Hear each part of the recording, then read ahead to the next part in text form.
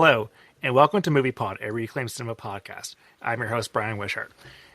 Today is a special episode because it's the 50th recording I've done. However, it's only the 49th episode I remember to hit record on. So so I'm bringing back one of the guests I had for when I forgot to hit record. I'm bringing back Dalton. We're going to be talking about a movie by one of his favorite directors. We're talking Top Gun from 1986. The Tom Cruise... if you're listening to the show, you know what Top Gun is. I don't have to tell you what it is. So, yeah, we're talking Top Gun today. How's it going, Dalton? It's going great. We're talking Top Gun. We're talking to Tony to steal a line from your show. We're ripping a Tony. Yeah, ripped a Tony. Get to talk about it. It's what it's all about, you know? Mm-hmm. So, Top Gun is an interesting one because, it fits the format totally well because it got a very mixed reception when it first came out. It made a ton of money. It was, the highest grossing movie of the year by far. But, and I think, critics did not love it. No, they're not it. They didn't love it at all. I think they're, because they thought that, and I kind of agree with a lot of it, how, the action scenes are very good, but the talking and the dialogue is, it's not where you're here to watch, right? I want to say, when I did my rewatch this time, my, 500th time watching this movie, Mm-hmm.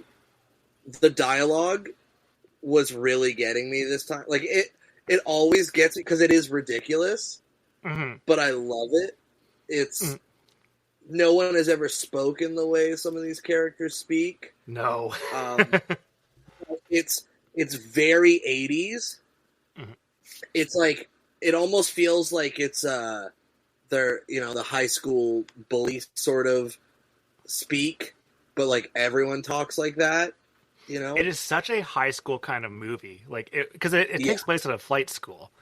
But I always forget how much they're just the teacher's saying things in class and they're making fun of the teacher, they make fun of the other student in the class.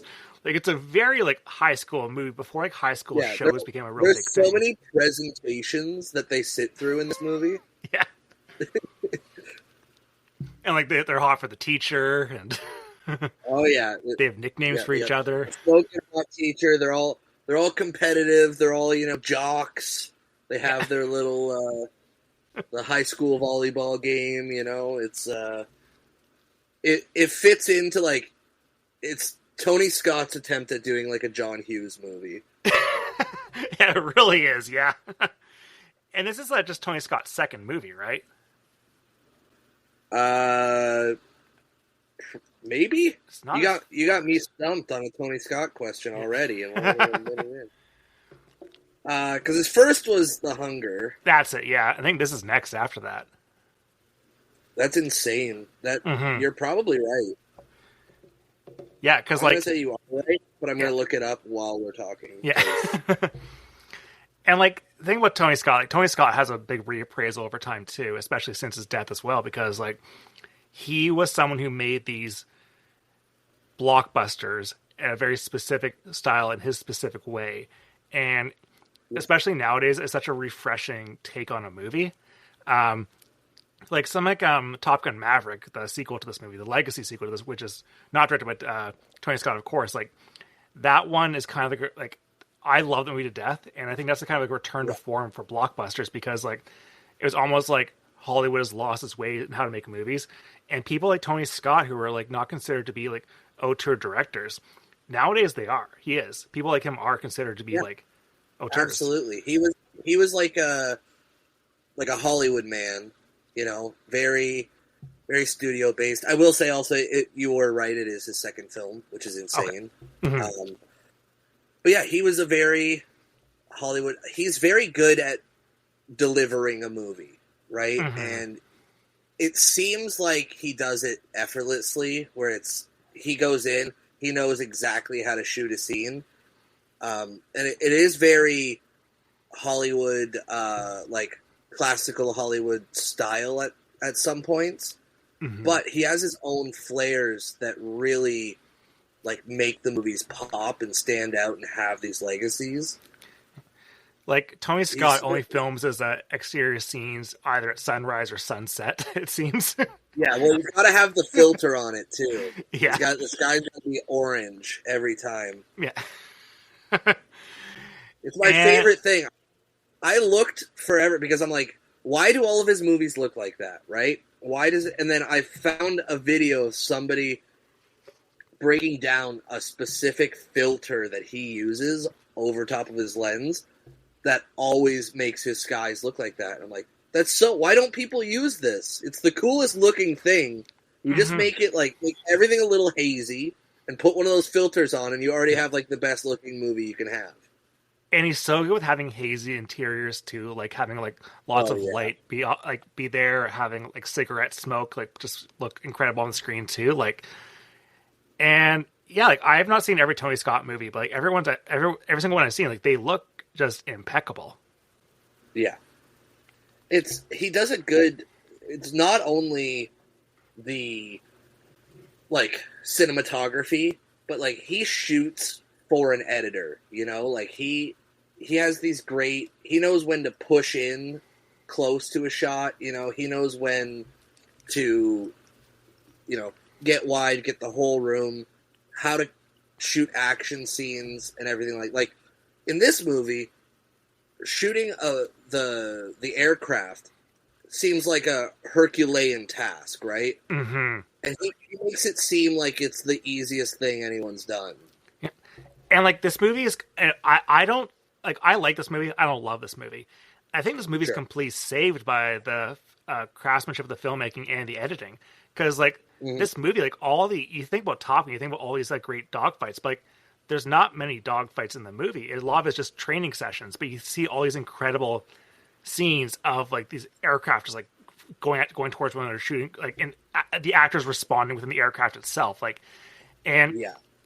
I think that, and also like because like half this like movie is like out of flight school, and even the final climax of the movie is kind of just comes out of nowhere. Like it's like, oh, you got to have an action scene, it just got to pop up. They're like, you graduated, the movie's over. Oh, actually, we're going to war all of a sudden. Yeah, with an undisclosed enemy, and of course, That's the best part. I've heard people complain about that, and I'm like, it's so awesome that it's just whoever.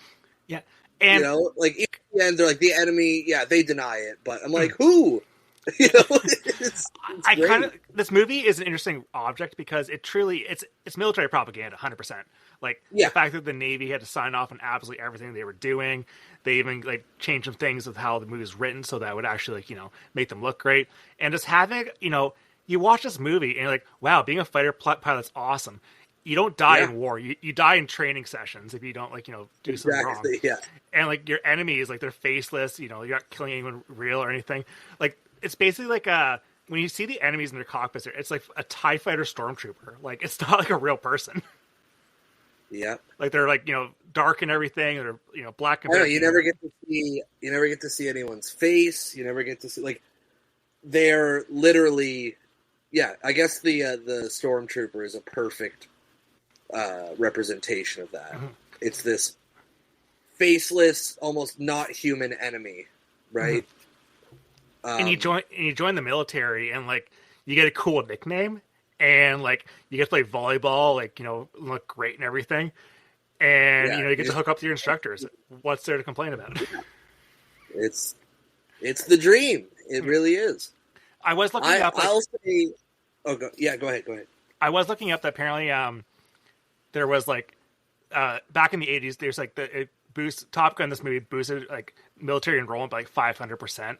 But like apparently it's only something like 5% in the end. But I think that was probably just like propaganda. Sure. So like go see our movie. It's great propaganda. Like and it is great propaganda. It worked on me because I'm going to tell you a story about me. When I was younger, I wanted to join the military. This was not a long-lasting dream of mine because I realized I don't like authority figures very much, and I don't take well to discipline. So, but your ego's writing checks your body can't cash. Yeah, so I decided that I had seen this movie. And then I said, you know what? I want to do that. Right? Like, that would be unbelievably sick if I could just, like, fly jets and do crazy shit like that. So then I went into Air Cadets, and then I flew some planes and everything, and I did it for a number of years, and then at this point, I had no desire in joining the Air Force. However, I wanted to get my pilot's license. Mm-hmm. This all spawned from me watching Top Gun, and I came it would have taken me not too much longer to do all the stuff and actually go through with the training to get my pilot's license and everything. But then I was like, what would I do with that? If I had I don't have a plane, I'm not going to be a commercial pilot. What do I... And I was just like, I'm not doing this. This is stupid. Why am I... I had this whole reassessment, but like I said, the propaganda worked on me, man. I'm not... You probably paid for some flight instructor's kid to go to college. Yeah. What you could have done is what I love about Canon films is that clearly they find some rich guy with a helicopter and they just use the helicopter in a movie, and they just you could have just done something like that, get a really shitty cheap plane, single prop plane, and just if you want me in your movie, you gotta throw my plane in the movie. Yeah, exactly. A good plan. Yeah. I have another friend. He joined the cadets as well, and I think it's because of Top Gun as well.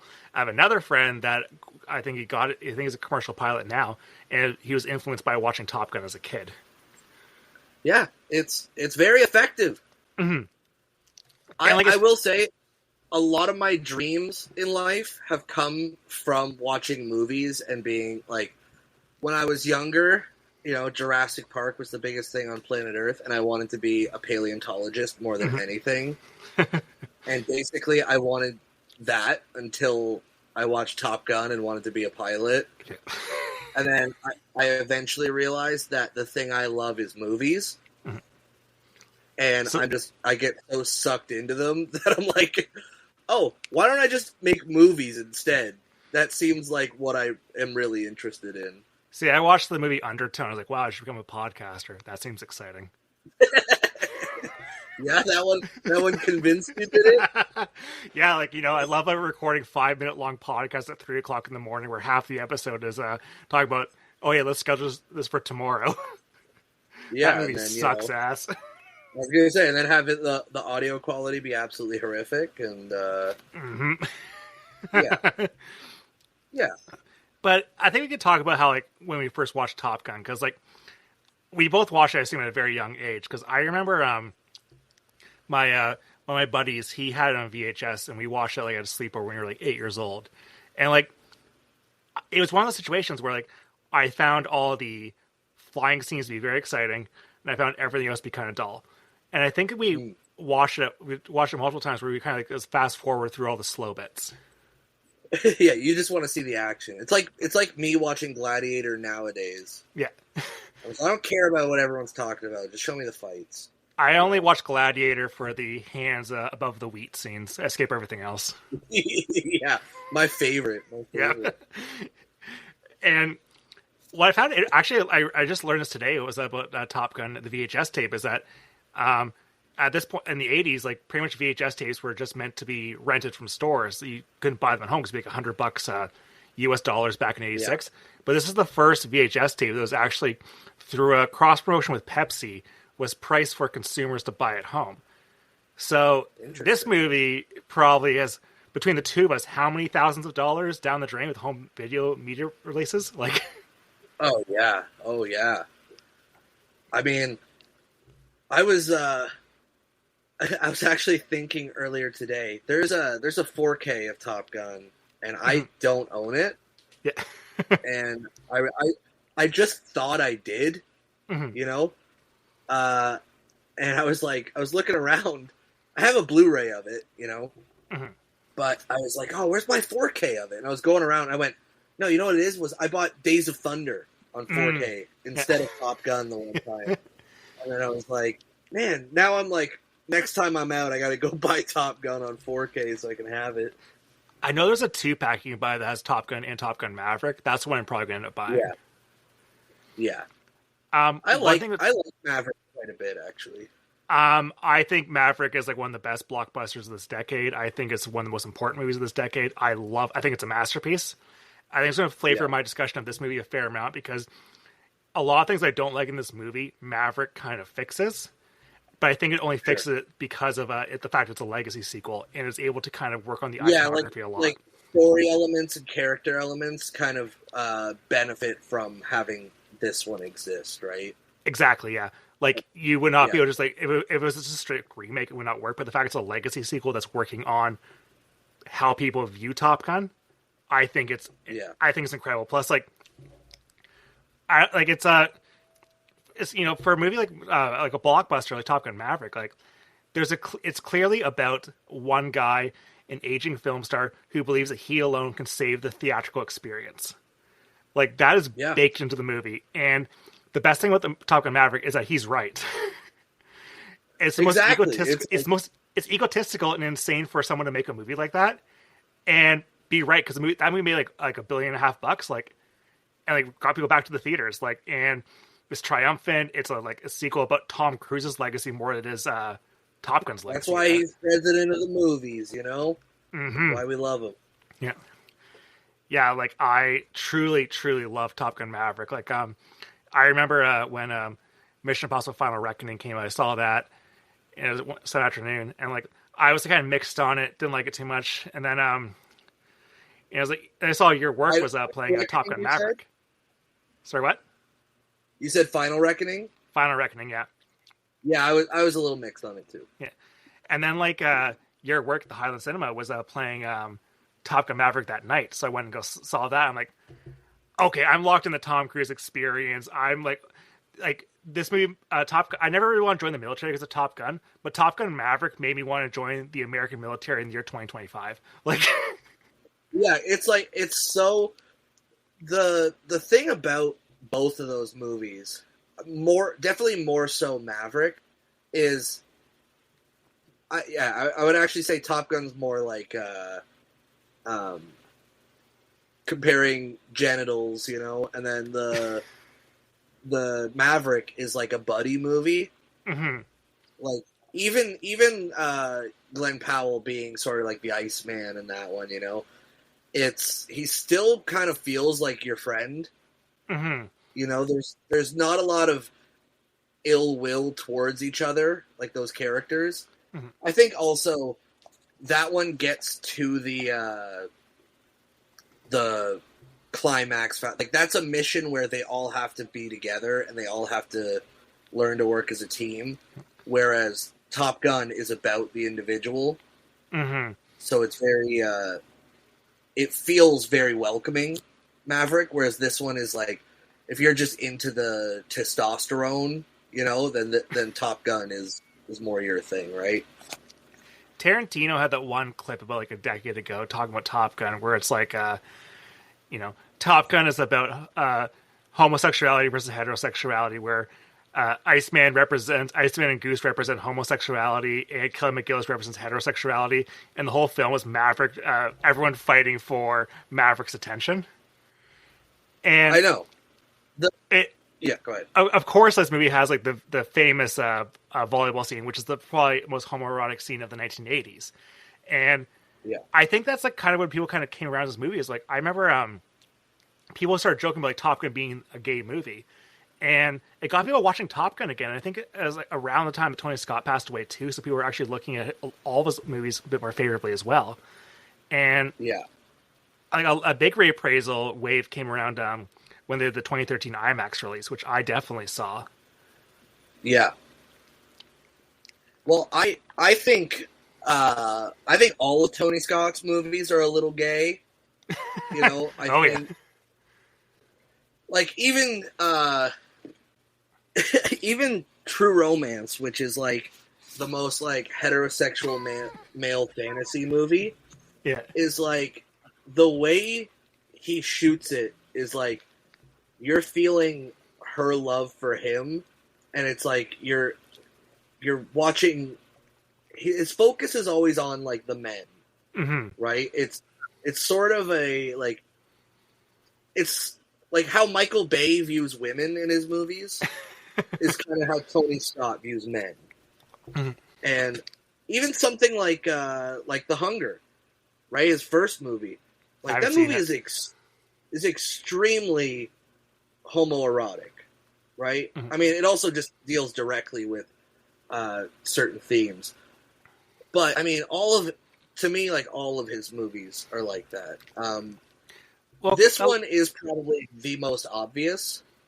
Like the amount of times men are up in each other's faces, like about to kiss or just saying shit that you're just like, all right. There's a line where he's in the plane and he says, it's either Goose or Maverick. One of them yells, he's on our tail, coming hard. It's like, come on, dude, you know? Yeah. It's very, he's not subtle about it. I don't know if it's his sort of attempt at a dig at the military, because they were so heavily involved in his movie, and this was like the age of the, you know, if you were gay in the military, no, you weren't, right? Mm-hmm. So maybe this was, I don't know if it was just he's like, I can't do a movie about all these dudes without doing it, or if it was more of he was doing a direct commentary. Either way, it's awesome. You know. But also, there's a tenderness to Tony Scott's performances too, because like his movies are often about men at work and stuff, men at their jobs, like you know, be them baseball players, be them like race car drivers, and you know, there's always pretty much always like a romance thrown in there at some point too. But like a lot of times it's just like men at work facing up against one another. But the way that he shoots his actors and stuff, it's like often very intimate without seeming too intimate. It's very intimate. They're always sweating. It's always really close in on them. They're also always like smoking, which is like nowadays we kind of like take it for granted because like there's a lot less smoking in movies now, right? But so we just kind of think like, oh, it's the time where like people were smoking. But in Tony Scott's movies, I always view it as like almost like an after sex cigarette, you know, where they're like coming, like that's the way he's shooting it, you know, that's the way people smoke in his movies. Tarantino kind of does that too, but Tony Scott, I think he's very interested in, the intimate moments, like having a cigarette. He can make a complicated moment, you know. Like, I'm not a smoker, but I truly believe that every movie should have smoking in it because smoking looks so good on a camera. I know it looks so good in movies. Yeah. I forget Here's who the thing, though. Go ahead. I forget who said it, but like smoking makes breath expressive in movies. It gives an actor a prop. It makes their breath something interesting to do. It almost is always visually fascinating what's going on when someone's lighting up a cigarette in a movie.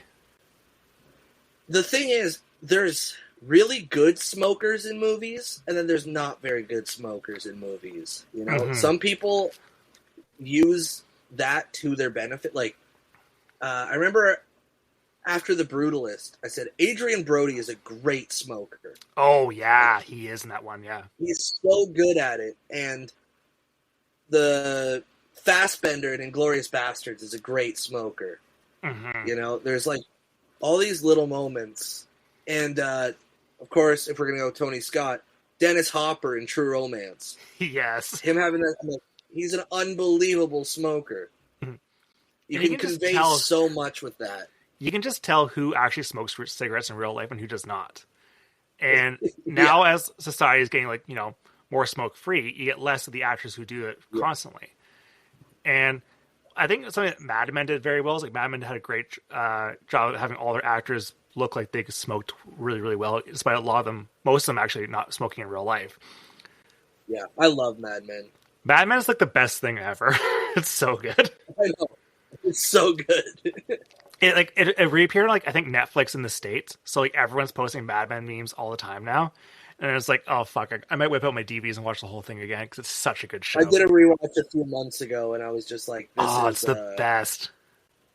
This is unbelievable. I will say, one of my, well, you know him quite well, but for the people who don't know who I am, my co-host of Sick Flicks. He was also on the episode I forgot to record, Die Hard 2, so he is a member of MoviePod family, but the audience doesn't know. He he's a filmmaker, and he worked on a movie with Michael Gladys from Mad Men. Mhm. But Paul Kinsey, Mike yep. has never seen Mad Men. Oh. So I was talking about how much I love it, and he's like, "Yeah, I know Gladys from Mad Men. I worked with him and everything, right?" And I said, "He's so good on that show." You know, I said, like, he's not one of the main guys, but he's great. And then, so when I was doing my rewatch, I just kept sending him pictures. I'm like, "It's your boy, it's your boy." It's such a fascinating character because it's such an unlikable character as well. Oh, he like, of all the misogyny in the show, he's probably the most misogynistic. Mm-hmm. And like, because he's doing the misogyny especially to fit in a lot more so than the Yeah. other characters. It is such a wormy performance. Oh, it's so good. Yeah, he's gross. I love it. Yeah. Yeah, fuck it. I might bring up my DVD and start doing a rewatch of Mad Men because, like, I feel like I owe that show. You gotta do it. Yeah, I did a rewatch maybe like 4 years ago, but like that's enough time, right? Too long. Yeah, you gotta get back on that. Yeah. But like, yeah, like Mad Men like is trying to adapt like an older style filmmaking too. But like, Tony Scott is kind of just a man of like a specific era too. Like it's almost like an era of dying blockbusters because like I haven't seen I'm gonna look at Tony Scott's filmography because I'm not sure what the latest Tony Scott movie I've seen because I've not seen Unstoppable, which is his last movie. But I assume that all his movies look as good as like they keep the sort of style going. As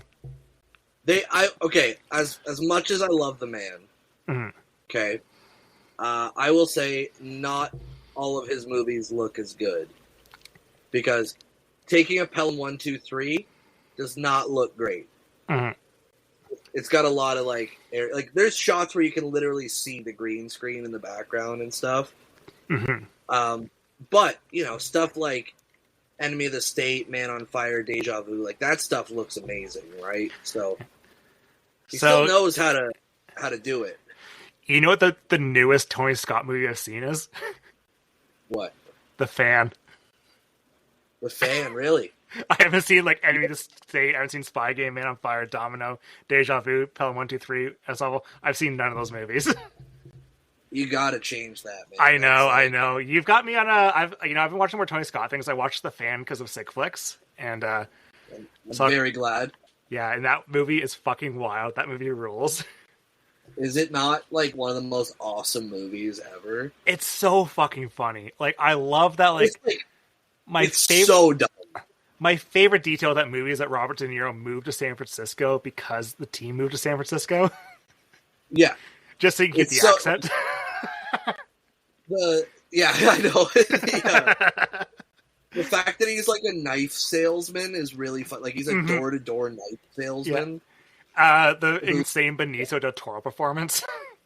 Oh my god, yeah. And then the absolutely unhinged 9-inch nail needle drops. Oh my god, yes. Oh man. Speaking of very gay movies, Top Gun. That one has a scene where he's in a sauna with Benicio del Toro, and it's just the music is just saying "I want to fuck you" over and over again. Yes. Yep. Like it's unbelievable. Yeah. Yeah. So back to gay movies. So let's talk about some Top Gun some more. Yes. But yeah. So I assume we both watched movies at a pretty young age. Yeah. So I get that much more into that, but yeah. So I have so the way the movie opens up, like, which is pretty damn awesome. So like you get the Top Gun anthem going, and I'm gonna read out the title card because this is like a great interstitial. On March 3rd, 1969, the United States Navy established an elite school for the top 1% of its pilots. Its purpose was to teach the lost art of aerial combat and to ensure that the handful of men who graduated were the best fighter pilots in the world. They succeeded. Today, the Navy calls it Fighter Weapons School. The flyers call it Top Gun. And the music is fucking incredible. Oh, yeah. I was watching it today and I just texted everybody in all caps.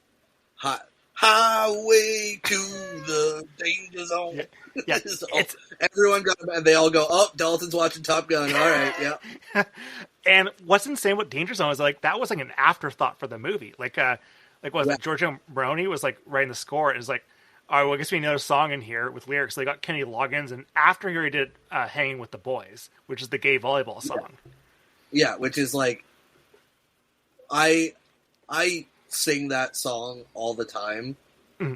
Like my buddy and I will play video games, and the amount of times I'm just on the chat just going playing with the boys, it annoys all of it.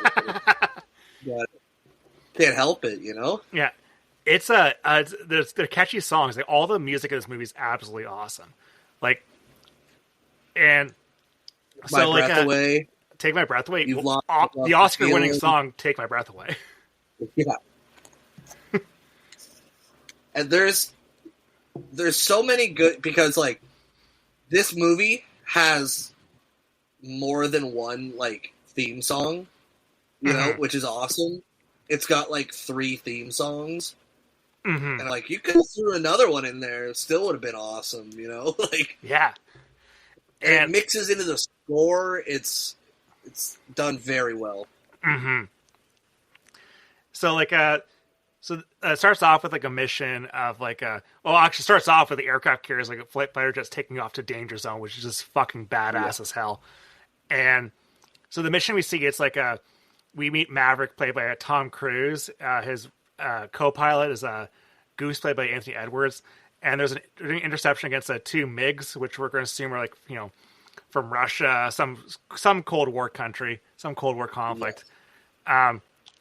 And during this conflict there, Maverick's wingman Cougar, he kind of starts losing it during the flight. And Maverick... Sorry, what? Is that he starts sweating a little for sure. Yeah. And Maverick does a stunt there where he like flips on top. You know, he flies above the enemy's plane there, takes a Polaroid camera and shoots a photo of the Russian, gives him the finger. Yeah, he did the flight. He inverted the bird. You know. Yeah.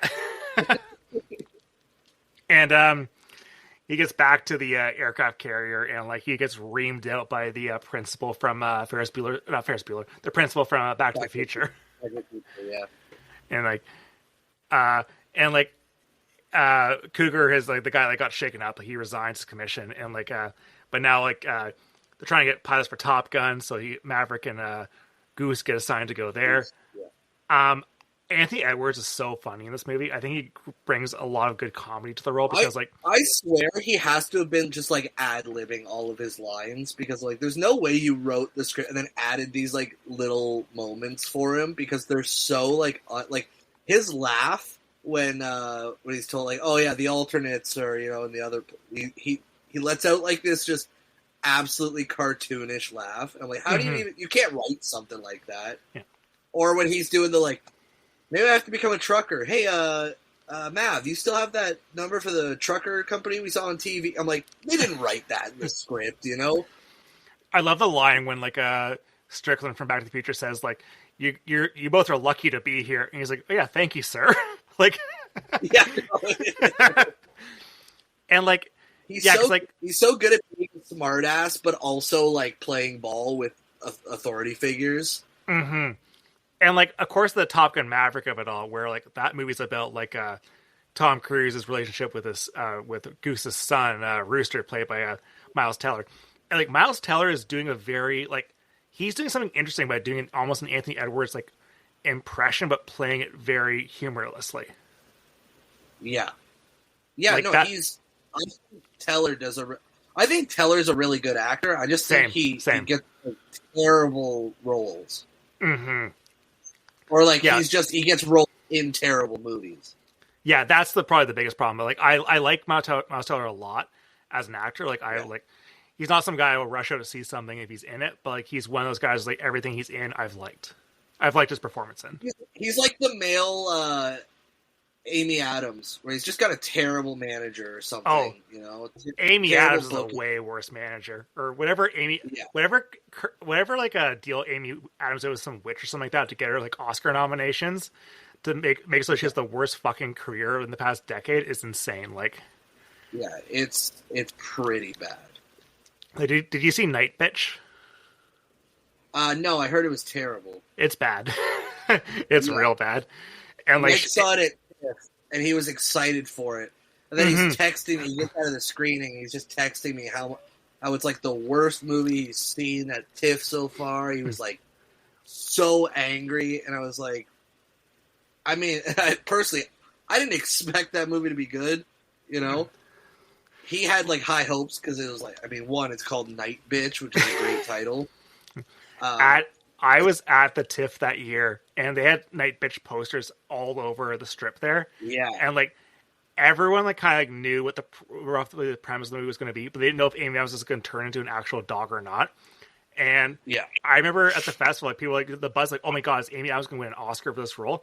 And then like 2 days into the festival, everyone's like, the movie sucks, and she only sort of turns into a dog. So like it's metaphorical and it's boring as hell. Yeah, well, there was big hype for it, and then it huge literally hype, died after the first screening. Yeah, that was like that's what was fascinating about like film festivals like TIFF, is that like some movies can just completely die on the vine. It's fascinating, and Night Bitch was one of those ones that once we actually started seeing it, it was like, oh no, there's nothing there. Yeah, there was not to stray too far away from Top Gun, but while we're on the topic of TIFF movies with a lot of buzz. What was that? Well, I guess it's sort of related because Nicole Kidman's in it. Baby Girl. Yeah. I had heard a lot of like Baby Girl, or it was called. I saw it though. Yeah, Baby Girl with Harris Dickinson. Yeah, I think is it. Antonio. Is it Antonio Banderas in that movie too? Yeah. And I heard pretty positive things out of TIFF, right? And I was like, sweet, erotic thriller, Nicole Kidman, you know, all this stuff.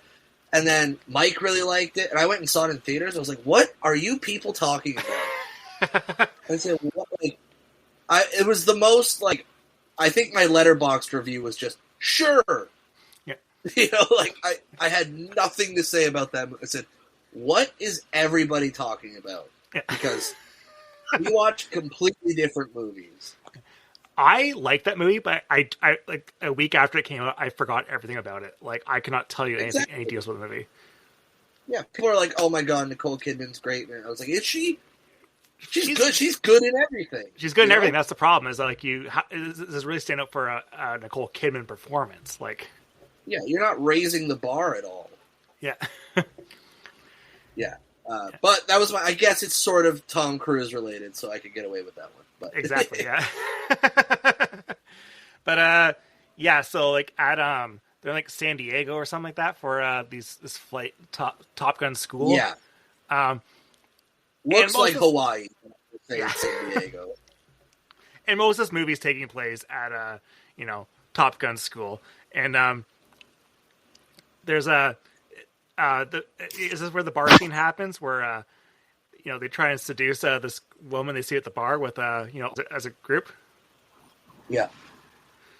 And like they lost that loving, touching feeling, and it's just like it's a really good scene. Pardon?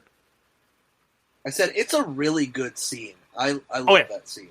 Yeah, it's charming, but it's also kind of very weird too, because like it's trying to again the dynamics of being gay and straight. It's like trying to express your love for attraction towards a woman by crooning with all your bros. Yeah, in uniform, singing with, and like everyone in the bar knows their shtick too. Mm-hmm. Yeah, like everyone knows all the words to the song. My thing that I absolutely love, and it happens a few times in this movie, and I feel like this scene isn't directly that, but I'm going to count it, is when groups cheer in a movie, like, they defeat the bad guy, and there's just people cheering and clapping and everything. This feels like that, where all the group gets in and is enthusiastic, and they're all, like, celebrating this achievement of him talking to a girl. Yeah. It's something magical that movies don't do anymore. Maverick did it, though. They made sure to have everybody clapping and celebrating. Mm-hmm. Maverick has that one great bit of, like, ringing the bell and stuff, having your phone on the bar or something like that for Jennifer Connelly's character as the bar proprietor. Yeah. You know what's a great scene like that in a movie? Do you watch Magic Mike Double XL? I saw it once quite a while ago. If I'm being honest, I don't remember a thing from it. The best scene in that movie is when Joe, what's his face there, when they're at the convenience store and they're trying to like, hey, like, because they're all strippers. It's like, hey, like, we'll give you like $5 if you make the sad looking girl smile at this bar here. And then he starts doing a strip routine within the convenience store to I Want That Way with Backstreet Boys. Yeah. Like, that's a fantastic scene of just like, all the bros just like, yeah, but we made this girl smile. And it's like not a scummy thing to do. It's not like you're trying to like, bring her home, like sleep with her or something like that. But like, it's like a scene of like camaraderie and friendship. And like, that's one thing in Top Gun is like, I'm not sure if it completely nails that element, but it does have like the whole like teamwork element going towards it. I don't think it all comes together emotionally because like I don't really buy the rivalry between Maverick and Iceman, like Val Kilmer, that much. No, it's because it's not a real conflict. It's literally just egos, right? Yeah, it's and like chest pumping, and that's all. And like Val Kilmer, like he's charming in this movie. What he has to do was like not that big. I always forget how small the role is in this movie. I would like to say that on this, I was watching Val Kilmer, and I was like, he doesn't have a lot to do in this movie, but when he's on screen, he's so good. Oh, I was saying when I watched it, Val Kilmer doesn't have a lot to do, but he is absolutely like amazing when he's on screen. Like what he can do with the small moments he has makes me go like, Val Kilmer's an unbelievable actor. And in a movie like this, where it's just, be the tough guy who, is just the antagonist, and his only thing is he's tough and thinks he's better than you. It's a very John Hughes high school bully. But what Val Kilmer does, it's a real character who's oddly likable, despite him being the antagonist, and constantly. And every time he's saying something, like he's right most of the time, Oh yeah, like Maverick is a danger to the mission. Yeah, he's just like, you're dangerous. I don't want you. He's like, you should, And then he has that moment where he's like, he goes and he says like, I'm sorry about Goose and all this stuff. Everybody liked him. And they're making it like, oh, it's hard for him to say it. But I think he genuinely means it, because he's like, he has no problem with Goose or with Maverick as a person. He just doesn't like what he represents and the way he goes about doing things. He just thinks he's an irresponsible person, right? Yeah, with the rivalry, it's pretty much just that. But it's not like speaking of the high school element, it's not like, it might be a better movie if Iceman starts stealing Maverick's like lunch money and stuff and shoving him into lockers, but like, it's not. If he's like shoving him around and like like old school bullying him, yeah. It would be a different movie, but I would want to watch it. Yeah. But yeah, it's like that's like their pretty much their dynamic is that. But they realize in class that they're the woman they're hitting at the bar, played like Kelly McGillis. She's actually an astrophysicist civilian who's going to be their Top Gun instructor.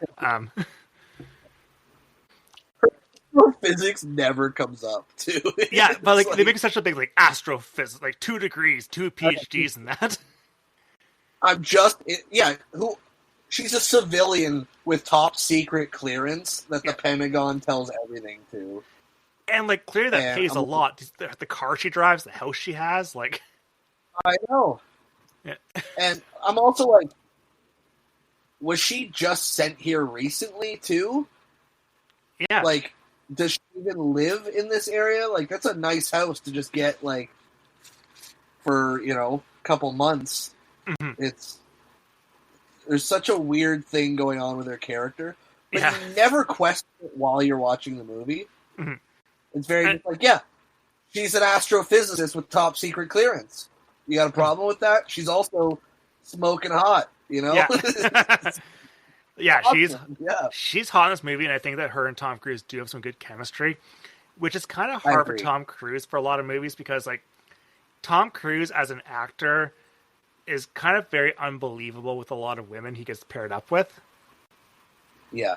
Like, I don't think he's an actor. Like, even in the sex scene in this, the, take my breath away, like, blue light scene, like, it's like, okay, this doesn't seem too, like, this seems like two actors are really, really trying hard to be into one another.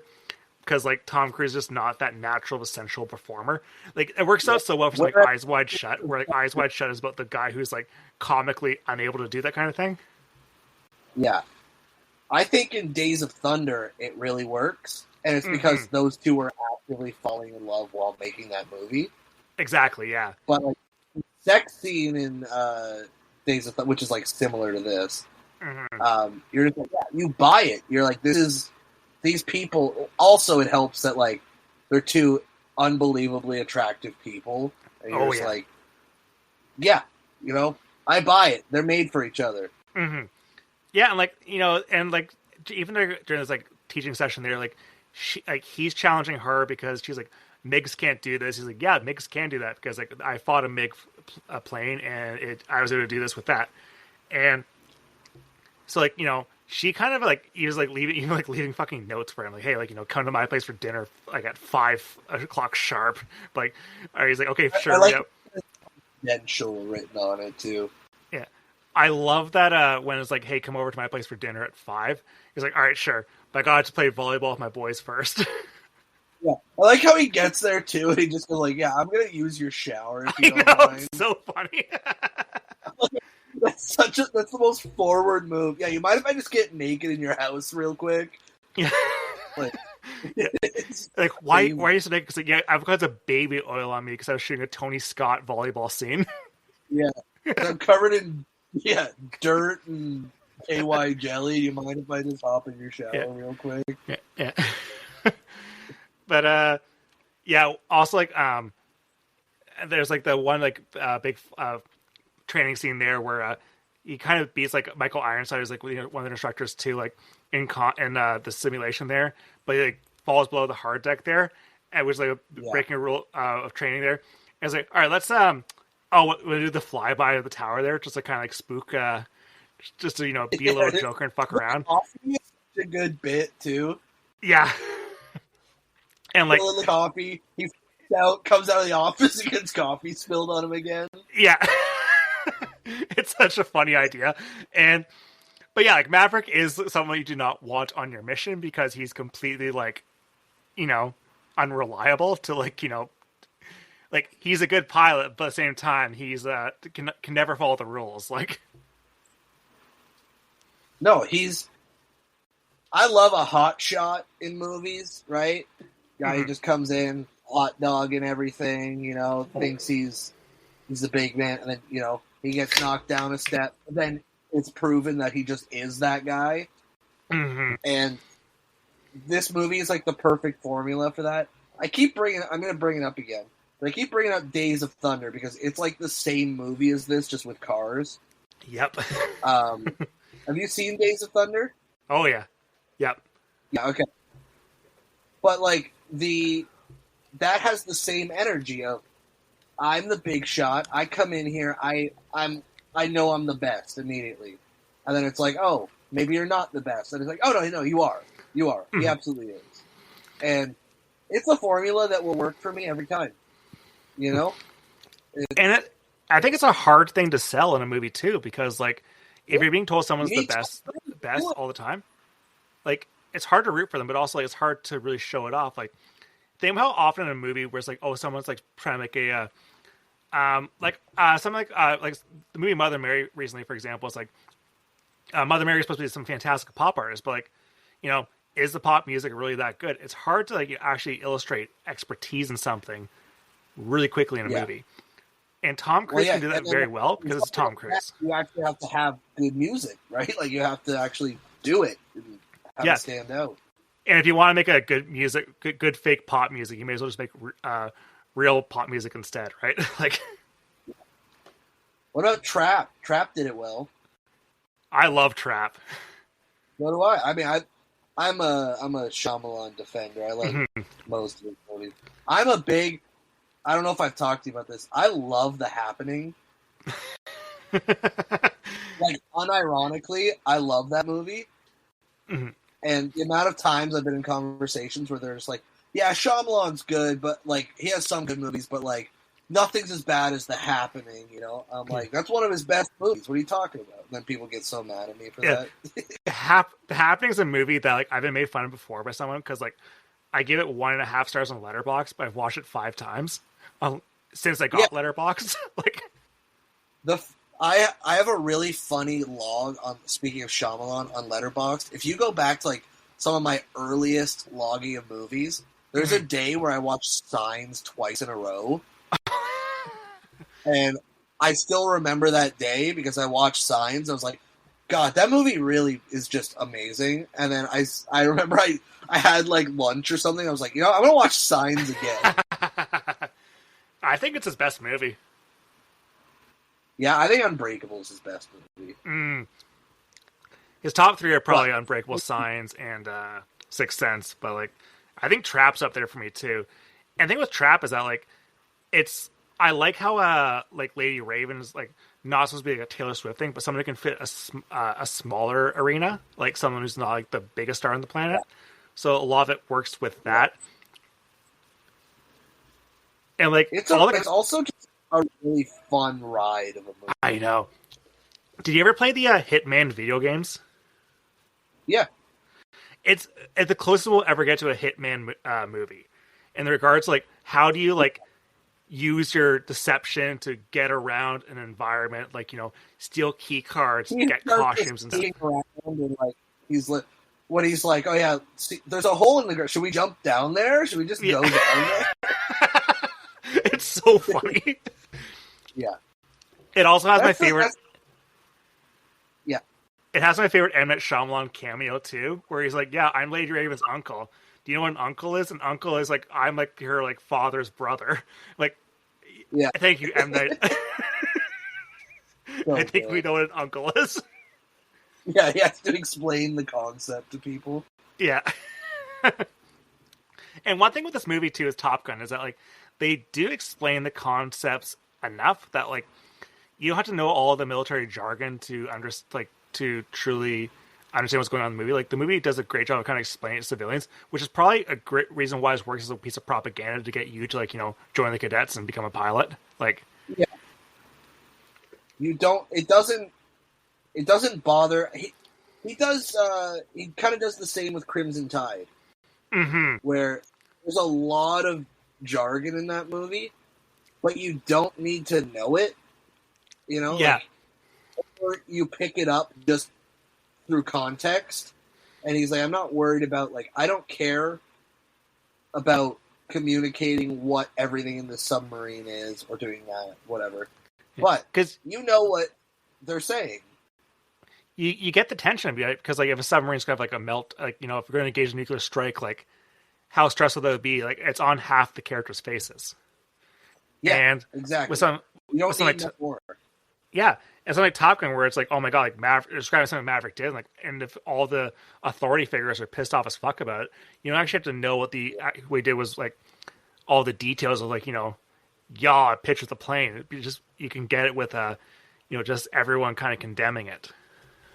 Yeah, or you come out of that movie and then it's just like you somehow just know a bunch of stuff about planes, but you don't know how you know it.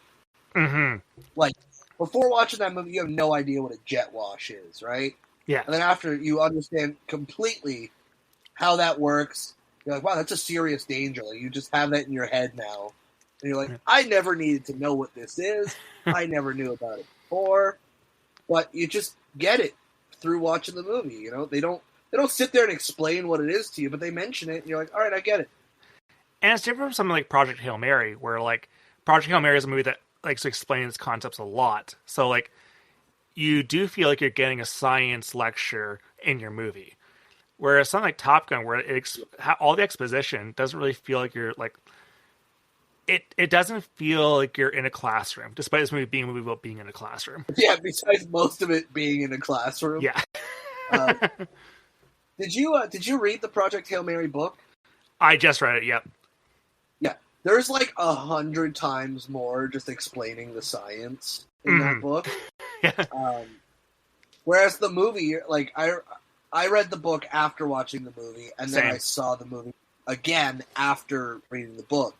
Mm-hmm. And I was like, it's crazy how much science they left out, Mm-hmm. but you still get it. Whereas the first time I watched it, it's like, there's so much science in this movie, you know? Yeah, like it's a good adaptation just because they cut out a lot of that because they included all that be kind of just overwhelming. Yeah. I think. Yeah. That's since we were kind of talking about Maverick being that return to form of Hollywood blockbusters, I felt that way about Project Hail Mary. Same, the visual It effects felt especially. Yeah. like an old school. It felt like an '80s blockbuster movie, Mm-hmm.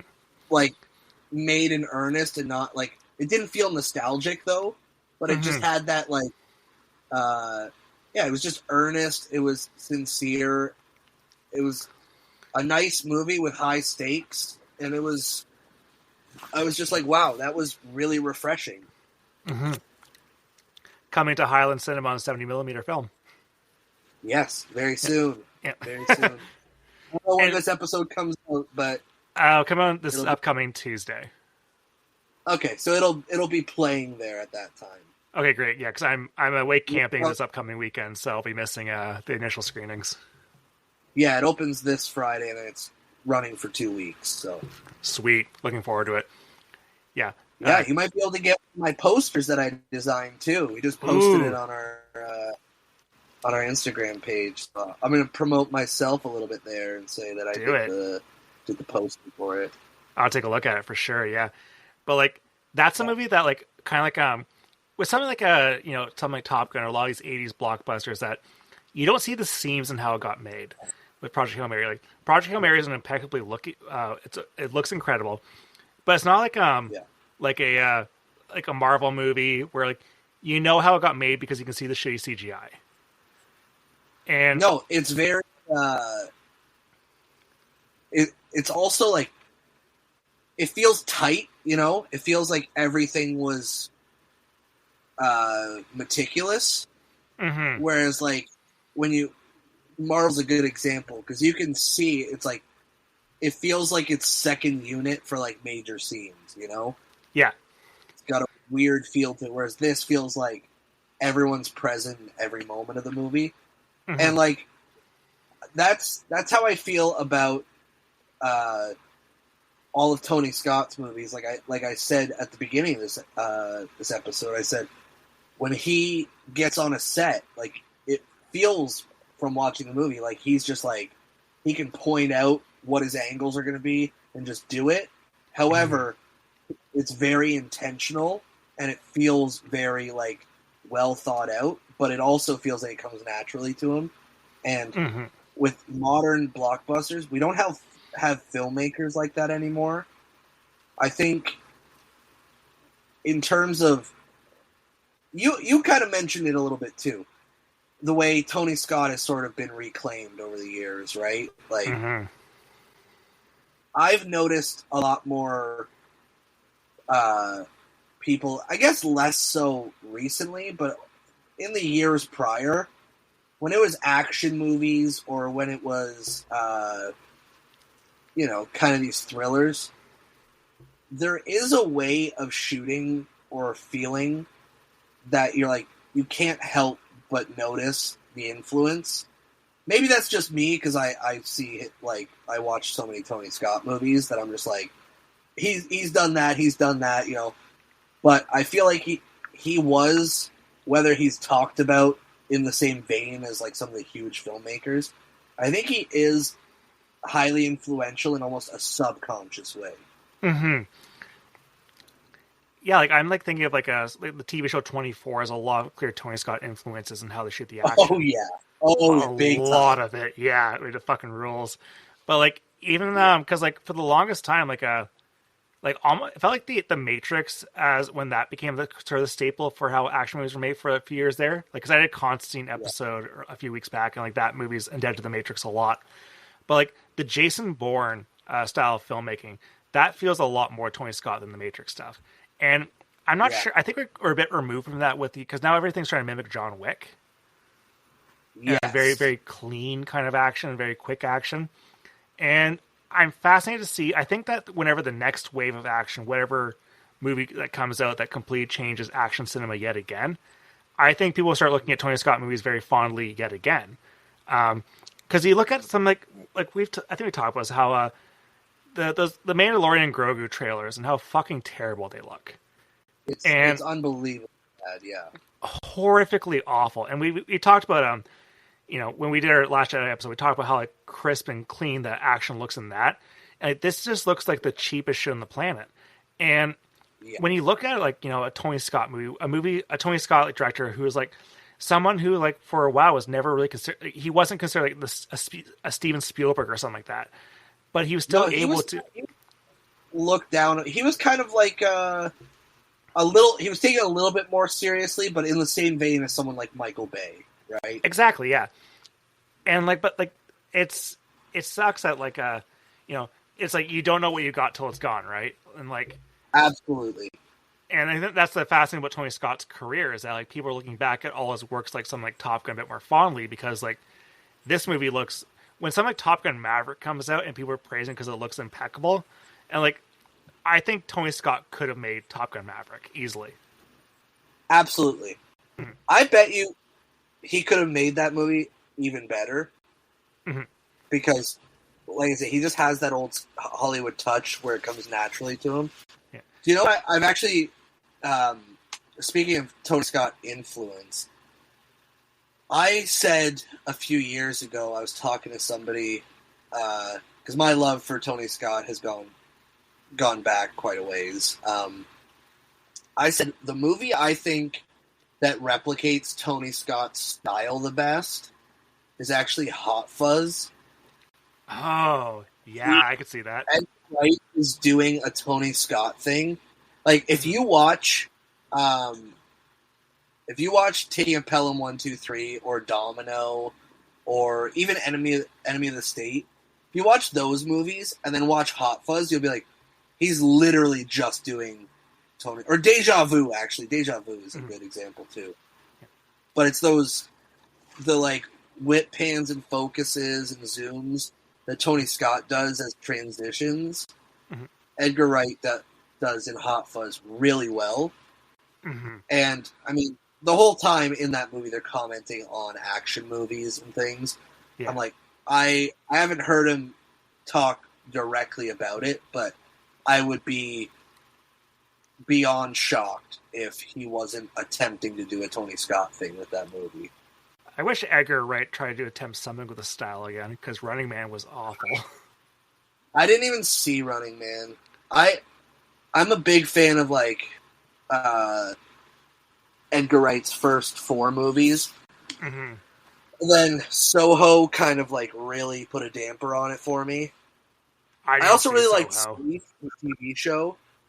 And then I was like, I can't do Running Man, you know? Oh, actually, I like Baby Driver, too, but that one I like Baby Driver, yeah. It's got other reasons why I don't watch it, though. Because of the cast? Yeah. That's like a Suicide Squad of a cast. You know what's funny? When I first saw it, the actor I don't like is Eiza Gonzalez. I've never liked her. I've never found her believable in a single role. Mm-hmm. Honestly, this is going to sound awful, but it's, I'm a hater at heart, so I'll say it anyway. When I see her cast in a movie, I'm like, the movie immediately feels cheaper to me. Mm-hmm. It feels like they wanted someone bigger, but they got her. 100%, yeah. Did you watch that new movie that came out this year? What was it called? Mike and Nick and Alice? No, I didn't. She's in it. It's Vince Vaughn playing like a time traveler, and has James Marsden as well. That movie fucking sucks ass. Okay. It's a Hulu original, and like I forget who directed it. Ben David Grabinski, and everyone was on Letterboxd gave it such high praise and stuff. I'm like, oh, people give this movie high praise because he appeared on your podcast. Like, it wasn't because the movie's any good at all.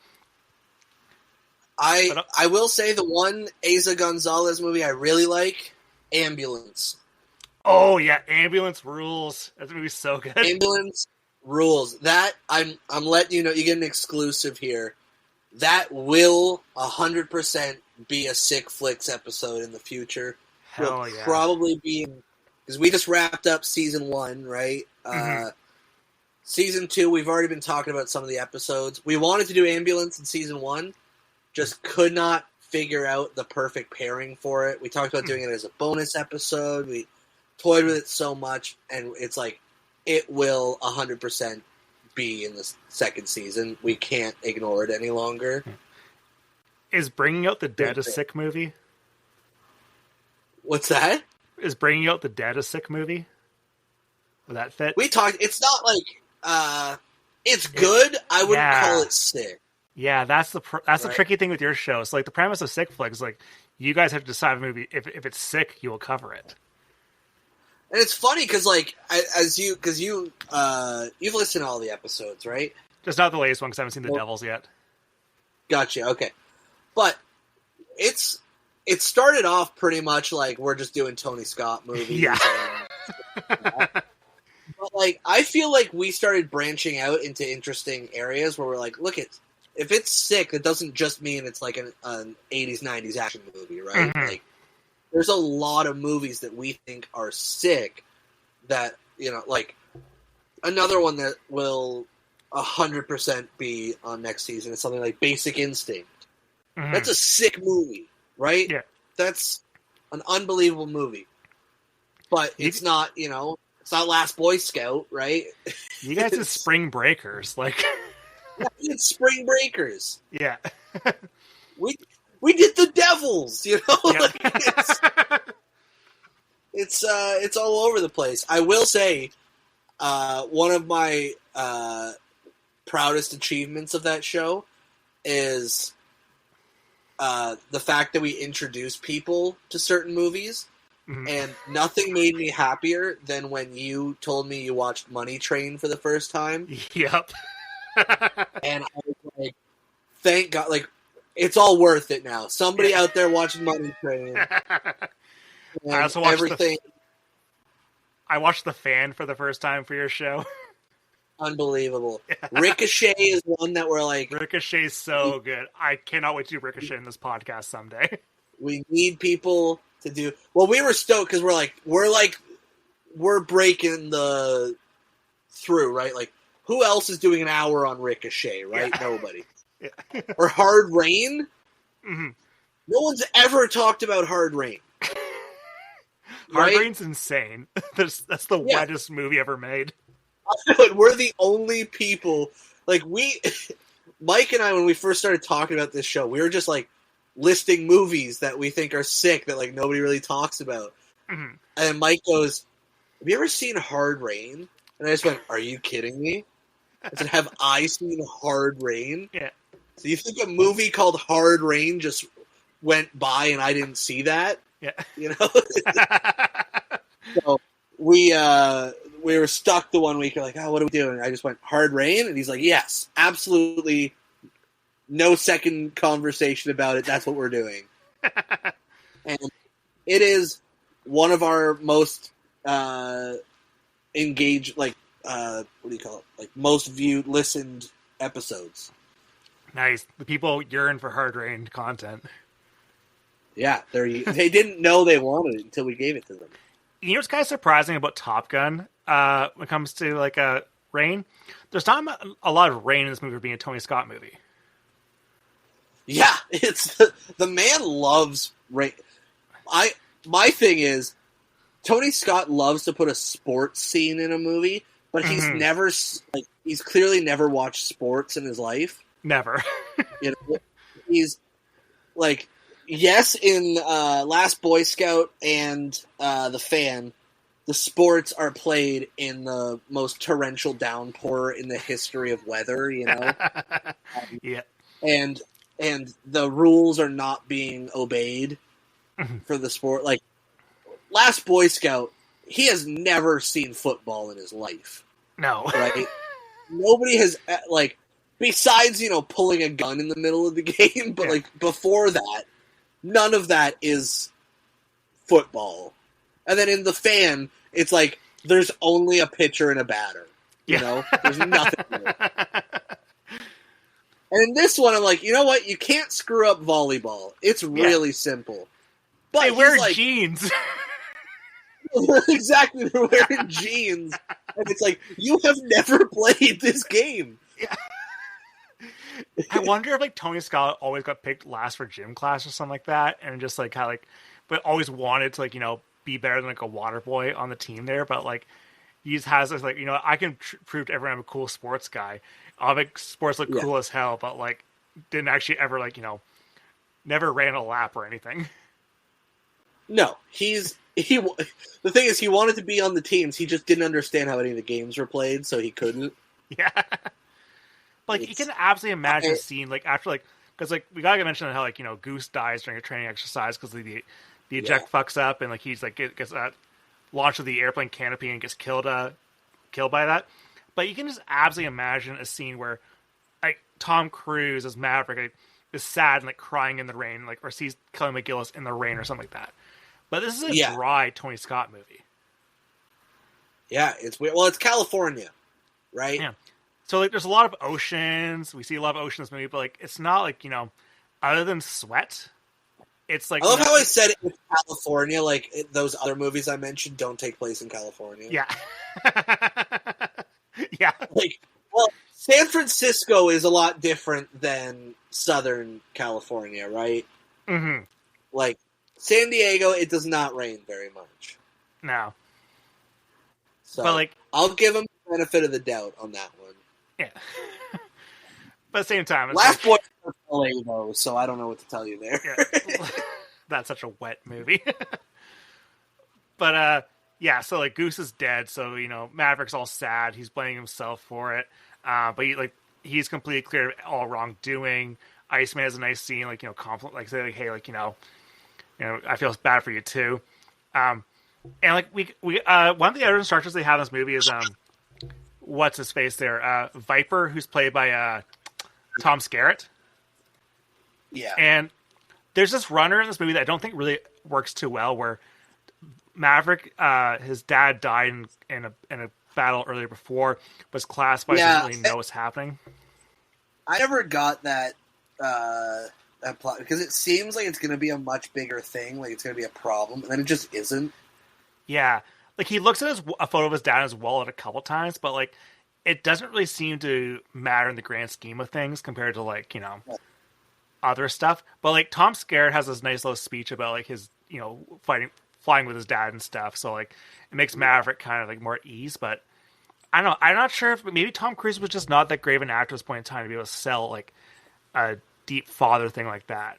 But it's fascinating because I think that Top Gun Maverick improves in this a lot, because Top Gun Maverick has a whole thing where Goose's son hates him because Maverick pulled his flight papers because he didn't want Meg Ryan's character to lose another family member due to you know, being like a pilot. And I think the father relationship is fascinating there. But, like, it's interesting that I don't think Top Gun Maverick mentions Maverick's father once. Yeah. Do you want to know my take on this? I don't think Tom Cruise had parents. I think he was made in some sort of factory or a laboratory. One of those Scientology speedruns is going to uncover the laboratory where he was grown into a vat. Yeah. And then he was given a father shortly before Magnolia, and then they took him away, and that's the only way we got that performance. It makes a lot of sense, yeah. Like, because he had never... Like, if you watch him in this movie, when his dad... Like, you're like, that... He has no relationship to that man. And, like, I guess it's supposed to be because, like, in the story, it's like, well, my dad disappeared when I was young, all that stuff, right? Mm-hmm. But it's like... It seems like he has no parents. Like, no, that guy that we're seeing on screen doesn't even know what a parent is. Yeah. But that goes for a lot of, like, Tom Cruise characters in general. Like, could you imagine what Ethan Hunt's parents would look like? What would Ethan Hunt as a 6-year-old look like? That were never children. Yeah. You know, they were born at the age when the movie takes place. Mm-hmm. And, like, I think this also probably helps Tom Cruise's movie star persona, too, because you only imagine him as Tom Cruise, the adult, right? You're not thinking about Yes. Tom Cruise's like childhood or anything like that, like ever. No, I've never seen a picture of Tom Cruise younger than like in his 20s. I think Risky Business is the youngest I've ever seen him, and I don't think he's ever been younger in Yeah, his life. but he still just looks like Tom Cruise. Yeah. Like he doesn't even look like a baby Tom Cruise. No. Did you because it comes out the same year as Top Gun. You've seen Color of Money, right? Of course. That's a great performance. Yeah, and I think like because I was thinking like of this movie because like I don't think Tom Cruise is like he's fine in this movie, nothing to really brag home about, but I think he's really good in Color of Money. Yeah. Oh, So he still has the chops as an actor to really pull it off, and like he's good in Risky Business as well. But like, yeah, what movie from this era of Tom Cruise that I love is Cocktail. You ever see Cocktail? Yes, Cocktail's fun. I'm a big fan of that movie. That's another one where people are like, "Really?" I'm like, "Yeah, man." You ever seen Cocktail? Come on my show at some point to talk Cocktail because I have a lot of thoughts about that movie. What I love about Cocktail is Cocktail treats the act of mixing up like a martini as if like you're a samurai going town to town. It's just like Roadhouse, where it treats being a bouncer like being a Ronin. Unbelievable. Yeah, it's so funny. And like, you have like weird laws and rules about it, and there's like this weird dynamic between all the characters. It's such an interesting movie. Yeah, yeah, it's also really fun to. Yeah. I love for my podcast, like I looked through like all of the years like the big Razzie winners because like if someone wins a Razzie, you think it's gonna be the worst movie of the year, but it rarely ever is. Especially it's usually someone has an axe to grind against a big star that came out that year. Yeah, sometimes the Razzie winners also win Oscars. Exactly, yeah. And like it's rare that to be fair, the Razzies got it right this past year with War of the Worlds being the worst movie of the year, but like. It's rare for them to actually even get like one of the top 10 worst movies of the year on their best prize list or worst prize, whatever you want to call it. There was that year that was it superhero movie and Meet the Spartans both won worst picture, and I was that's right. That's 100% correct. Yeah, those movies are atrocious. Yeah, you guys nailed it. Yeah.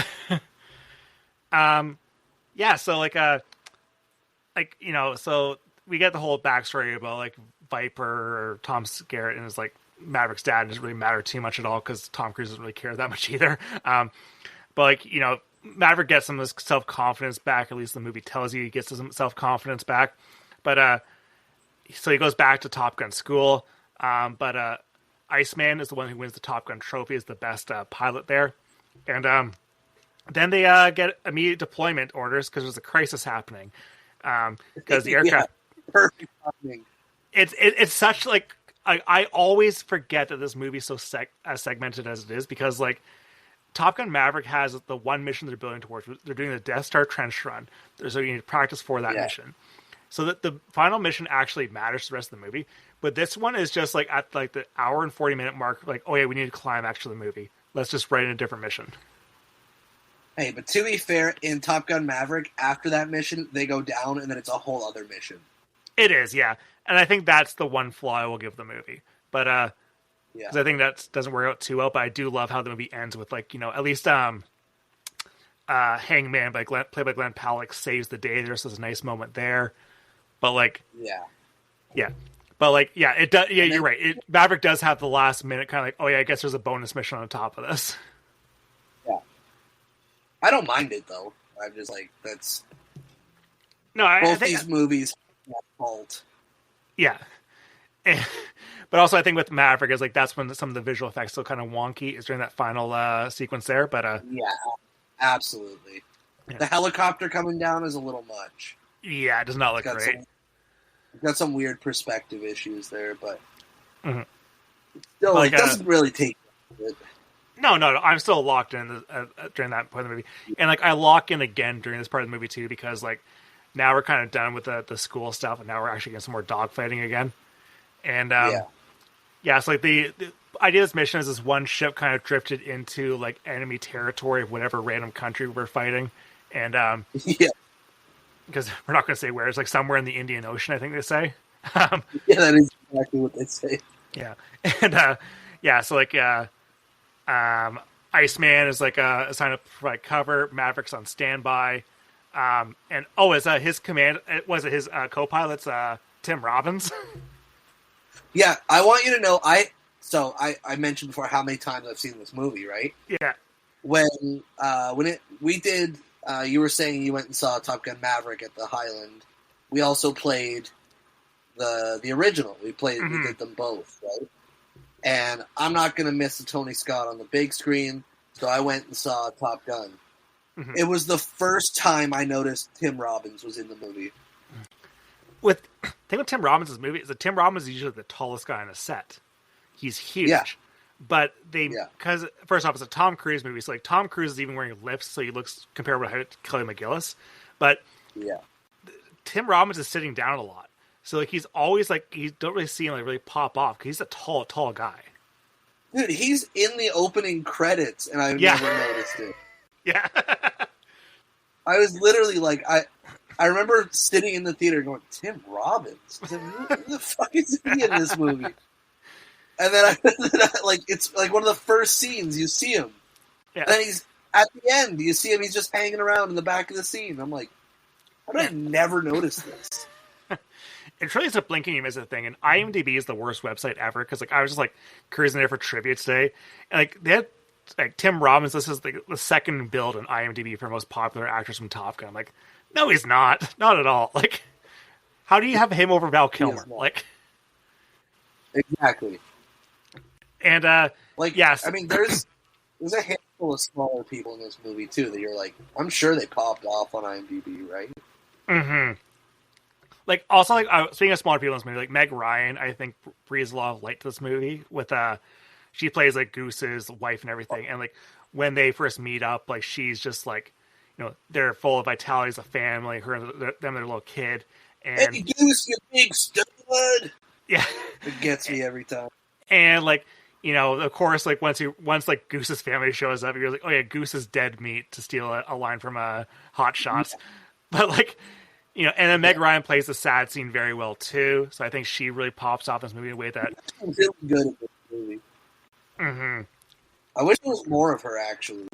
Yeah, and I do like how they deal with the character her character in Top Gun Maverick, where they don't really show her, but like he still clearly has all this resentment and sadness over her. Yeah. So I think that's done well for the cluttering the character with you know, and one thing. You know, Top Gun Maverick as a legacy sequel, it's not cluttered with old characters. Like Val Kilmer, of course, because he was literally dying at the point in time. His scene in that movie is incredible. It is. Like, I don't think you can ask for a better final scene for an actor. No, and it's also like, I remember, because he wasn't very public. Like, it wasn't a secret, but he wasn't very public about his illness around that time, right? Yeah. So, like, obviously I knew, but I hadn't really seen him. And then, like, seeing him on screen, like, it's hard not to get emotional, right? And then seeing him in that state and, like, trying his best, but he can't even do, like, that much in the movie. But it's a genius move to have, like, the typing and everything, because some people think it's, like, oh, that's just, like, lazy because they have to do it. I was like, no, it's, like, it adds a whole nother layer to it that I think people kind of take for granted. You know? Yeah, because, like, he's still able, even if he's not able to talk, like, fully, he's still able to express himself with the typing and keep the dialogue going, and he's in the scene. Like, it's not like he's, like... almost hard to perform. Yeah, it's a brilliant scene, a brilliant send-off to a character that, like, I always forget is smaller in the original Top Gun. But Val Kilmer and Tom Cruise, like, their iconography is so legendary for the 80s that you assume that Val Kilmer's in the movie a lot more. Absolutely. But during this dogfight, they think there's only a couple of MiGs there, but there's a lot more. So Maverick's sent to go help them out there. And it's like, you know, whatever, for all the thematic things that are going on there. Basically what happens, like, Maverick's able to help out with Iceman there. And he defeats a couple more of the MiGs there. And then everyone's all happy. Iceman gets the last MiG. And then they return to the aircraft carrier. The music starts playing yet again. And it's awesome. Everyone's cheering and shouting. Everyone's all happy for one another. And Maverick and Iceman have a nice moment where they actually finally can respect one another. I love that scene. I wish they ended it there. Yeah.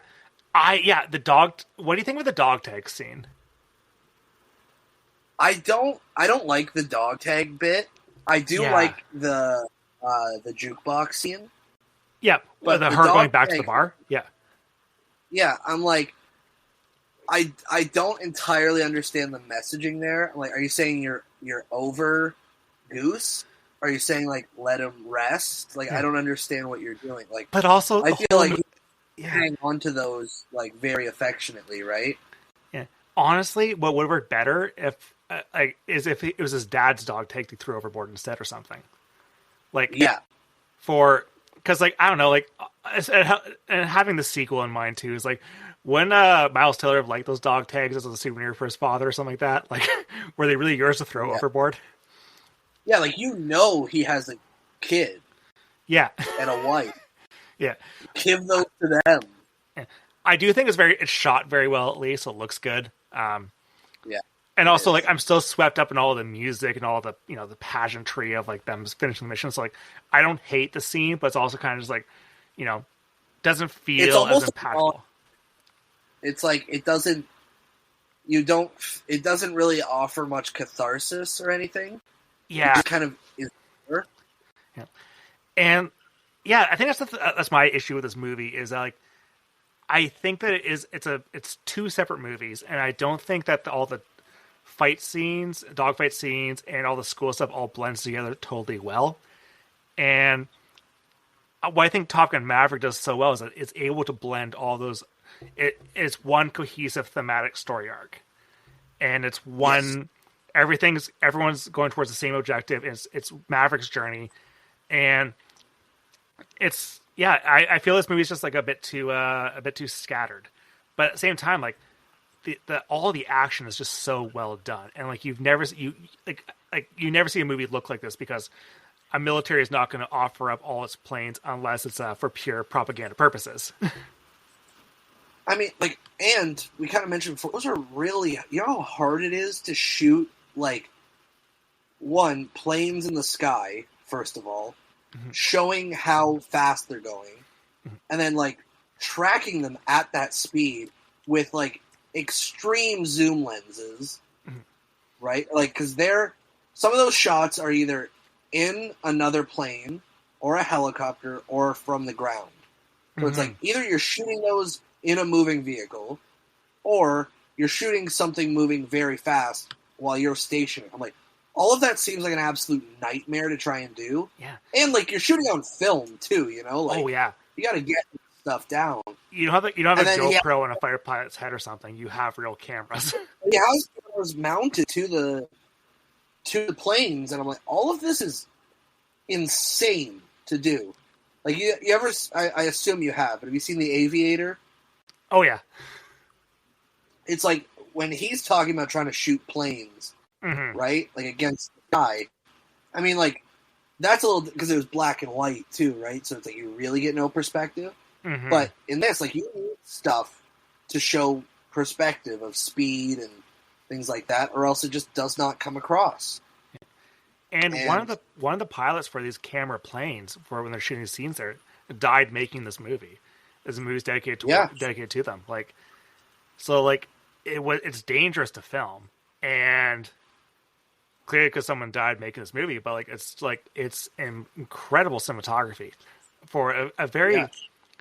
And like, how do you really practice this too? Because like you have to have all this equipment to even do this. Like, you can't even just like practice like I don't know like a single prop plane. Like okay, we just have to pretend like our plane now goes like 100 times faster. Like, well, like yeah, you have to choreograph those scenes beforehand like crazy and try and capture it, right? Like, it's and then assemble it in a way like. If you're shooting that scene, right, you don't have those stakes or performances. You're just getting exteriors of vehicles moving.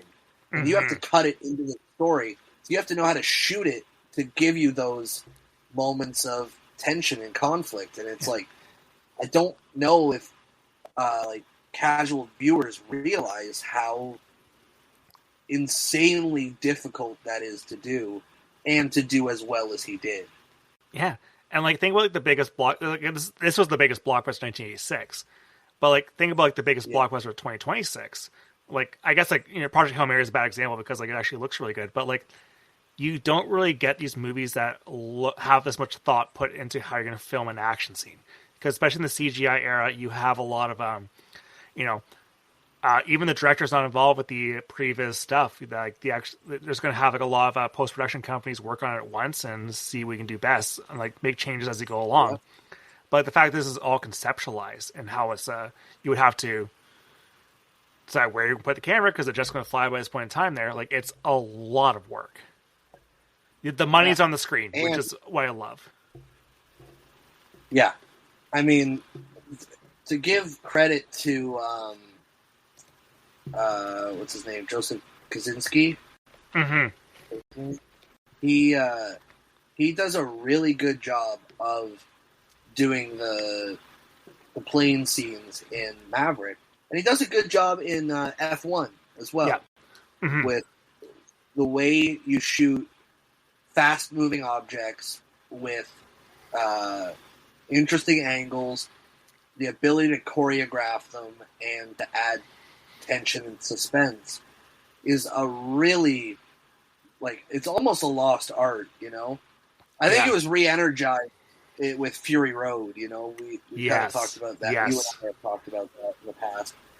Mm-hmm. And that sort of ushered in a newer age of blockbusters again. And then Top Gun Maverick did it again in a new style. It's but it all comes down to that you have to. It takes a very talented filmmaker to do these things, and yes, you can tell when you're watching movies. You're like, this is exciting. This is crazy. I haven't seen stuff like this. Mm-hmm. But if you don't know what goes into doing something like that, when you finally learn what it takes, you're like, man, how does anybody even do this? Like it's a miracle. We hear about like how these movies get made. Like, how the fuck did this get made? Like. How do you insure this movie? Yeah. Like, that's one thing I love about Tom Cruise as a movie star presence is, like, he's got to be the most uninsurable guy there is, right? Like, I know. Like every Mission Impossible movie, you're like, how did they let him do this? Like the plane sequence at the end of Final Reckoning where, like, if he falls off the plane, he dies because there's not enough, like area to launch him a parachute. Like he's dead. Like even back in Rogue Nation, mm-hmm. when he's holding on to the plane as it's taking off, you're like, he's just doing that. You know, it's insane. And what's cool about Top Gun is like the first time Tom Cruise ever rode a motorcycle was in this movie for that scene where he he's driving alongside the plane there, and like he's like, oh yeah, this is fucking awesome, and like. That led us to so many great Tom Cruise motorcycle things for decades to come. It's awesome. He just became a big motorcycle guy because of it. Yeah. Like, if it wasn't for this movie and Tony Scott convincing him to do it, like, we would not have, like, the Tom Cruise we have today who just wants to kill himself for entertainment. Exactly. So thank you, Tony Scott. Thank you, Tony Scott. Yeah, and, like, he was rewarded pretty well because the movie did pretty damn well at the box office. So, what are the figures here? Yeah. Cost $15 million, made $357 million. As you mentioned before, it completely changed the whole media landscape with the VHS tapes. It has a best-selling soundtrack. Like, just knocked it out of the park. Yeah, and like it's probably gave Tony Scott the ability to make like whatever his next bunch of movies are. Like he is the action blockbuster guy, which like. Yeah, and that's who he is as a filmmaker, which is awesome. It gave Tom Cruise, like, this catapulted Tom Cruise, like, superstar status as well. And I think that the fact that Tom Cruise has, like, even, because, like, early 2000s, Tom Cruise was the punchline with all the Scientology stuff, the Nicole Kidman divorce stuff. And not to downplay the Scientology stuff, because the Scientology stuff is insane. But, like, him as a blockbuster filmmaker, there's no one else like him. I agree. I think he's one of the best producers in Hollywood. 100%, yeah. Because, like, he's very selective what he wants to make. And, like, I I hate Inarritu as a director, but I'm so fascinated Yeah. to see what his movie Digger is with Tom Cruise this year. Everything I've heard about it, like the rumors I've heard of like what it actually is, have me very intrigued to see it. So Yeah. it's also like Tom Cruise has said like he wants to go back to that kind of movie, Mm-hmm. and I'm like I'm all for it. I mean, I've always thought Tom Cruise is actually a really good actor. Yeah. I think he picks his movies extraordinarily well. Mm-hmm. I just to piggyback off your point previous, or kind of what we were talking about before. It's insane to think that since this is his second film, right, Tony Scott, Mm-hmm. that one, he was allowed to do this, Mm-hmm. and that he was able to do the things he did with it. Because if your first movie is about like vampires in like, you know, it's all shot in the dark and it's kind of like a drama, slightly erotic kind of thriller movie, and then you go to Top Gun as your next movie, like, and you absolutely crush it, like, how do you do that? How do you just know how to make that movie, you know?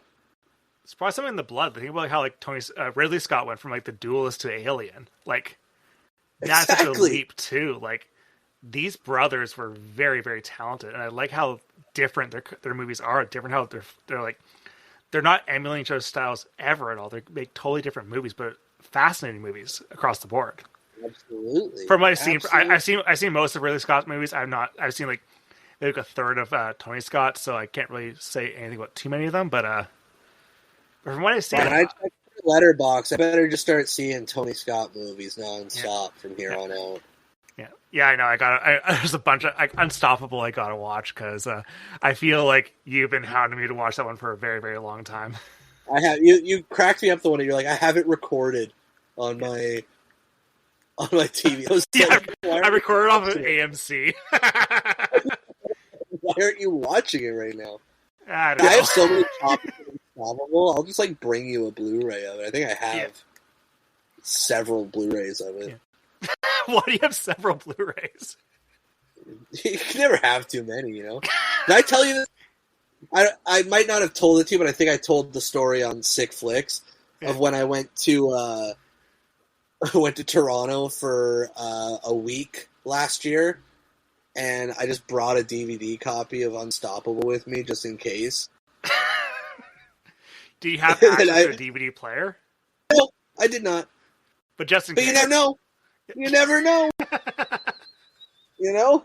Gotta keep that thing on me, you know? Yeah. That's hilarious. Yeah, I just had to have it. Yeah. Oh, man. Yeah, so I'm trying to think of what else we can talk about with Top Gun. I think we've gone through the whole thing and like how its reception has changed because like people appreciated Cruise and Tony Scott over time. But of course, the sequel, Top Gun Maverick, really got people going back to this movie as well. What are your thoughts about about them trying to make a Top Gun 3? Yeah. I don't like the list of directors they had. Yep. However, I'm definitely not opposed to it. I'll be there day one, but like the director list they have, it's the Bad Boys for Life guys, the best ones. Yeah, if Kaczynski did it, I would be excited. Mm-hmm. It's like they were throwing out like John M. Chu. That'd be the worst looking. Speaking of like Tony Scott's the guy who knows how to point a camera location, have it look good. John M. Chu is allergic to having cameras look good at any location he looks at. So yeah, I genuinely don't know who should do it. Mm-hmm. If Kaczynski's not going to do it, then I'm like I don't have a set person who should. Because you have a lot of my thought is you almost need like an old school filmmaker to do it, mm-hmm. but also it feels like an opportunity to get like a younger person to like have a chance to shine.